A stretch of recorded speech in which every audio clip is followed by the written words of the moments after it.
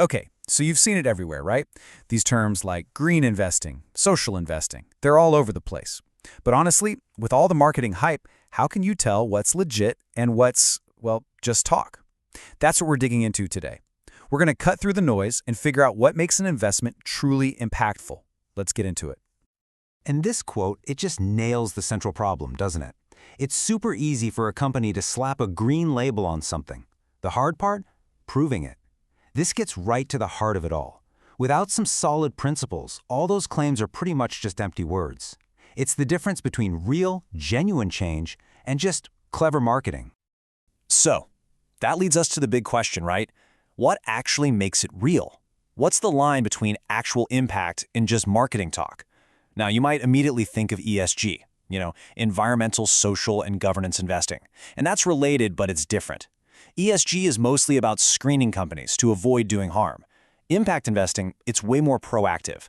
It's about actively hunting for companies whose entire mission is to create positive change. And lucky for us, there's a really clear framework for this. It's all built on 3 main pillars. All right, let's jump into the first pillar. And this one is the most fundamental of all: intentionality. Seriously, this is the bedrock. It's the foundation for everything else because it gets right to the core motivation. It's all about the why. Why are you making this investment in the first place? Yeah, think of it like this. The good that comes out of the investment can't just be a happy accident. It can't be a side effect. It has to be the whole point right from the very beginning. The investor has to be able to look you in the eye and say, look, the reason I'm putting my money here is to achieve this specific positive outcome.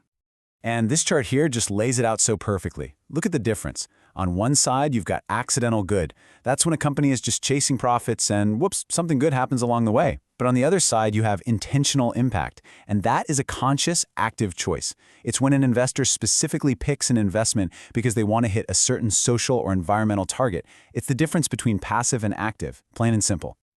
And here's a great example to make it even clearer. An intentional investor isn't just going to buy some generic energy stocks. No way. They're going to specifically hunt down a solar or wind energy company because their stated mission is to fight climate change. The goal, reducing carbon emissions, is literally baked right into the investment strategy from the get-go. Okay, so intention is step 1. You've got to have good intentions. But let's be real, that's not enough on its own, is it? Which brings us perfectly to our second pillar, and this one is all about proof. It's called measurability. This right here, this is the game changer. This is what separates real professional impact investing from all those vague, feel-good claims out there. It's simple. If you say you intend to do something, you better be able to back it up with cold, hard data. You have to track it, you have to measure it, and you have to report on it. And we're not talking about fuzzy, abstract concepts here. We are talking about concrete, can't argue with it numbers. Things like, how many people exactly got access to clean water? How many jobs were created in communities that really need them? How many tons of CO2 were kept out of the atmosphere? These are the metrics that turn a nice idea into a real, tangible result you can point to. And at the end of the day, it all boils down to one word: accountability.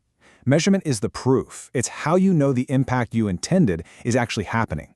It lets everyone learn, get better, and hold themselves to a super high standard. Because, look, without measurement, it's just a nice story, and that's it.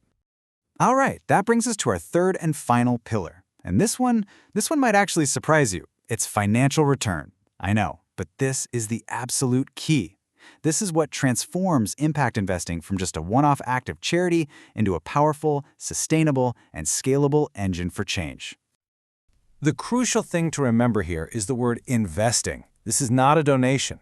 The goal is absolutely to generate a financial return. Now, that return can be anything from a little below market rate to right at market rate, but the point is you get your capital back, hopefully with some growth. Why? So it's not just a one-and-done deal. That money can be put to work again and again funding the next big project. And this comparison here just makes the power of this whole idea so obvious. Think about it. A donation is great, but it's used once for a good cause and poof, it's gone. But capital from an impact investment that gets a return, that can be used over and over and over again.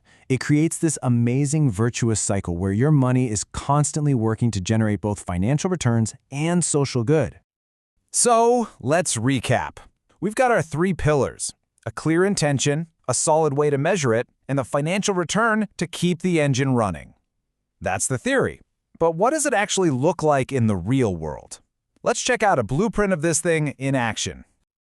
Okay, check out this case study, a fund for climate-smart agriculture. It's a perfect example. You can see right here, they're tracking two things side by side. For the impact results, they're measuring real-world stuff, like are farmers' incomes going up? Is crop productivity getting better? And then, for the financial results, they're reporting their performance right back to the investors.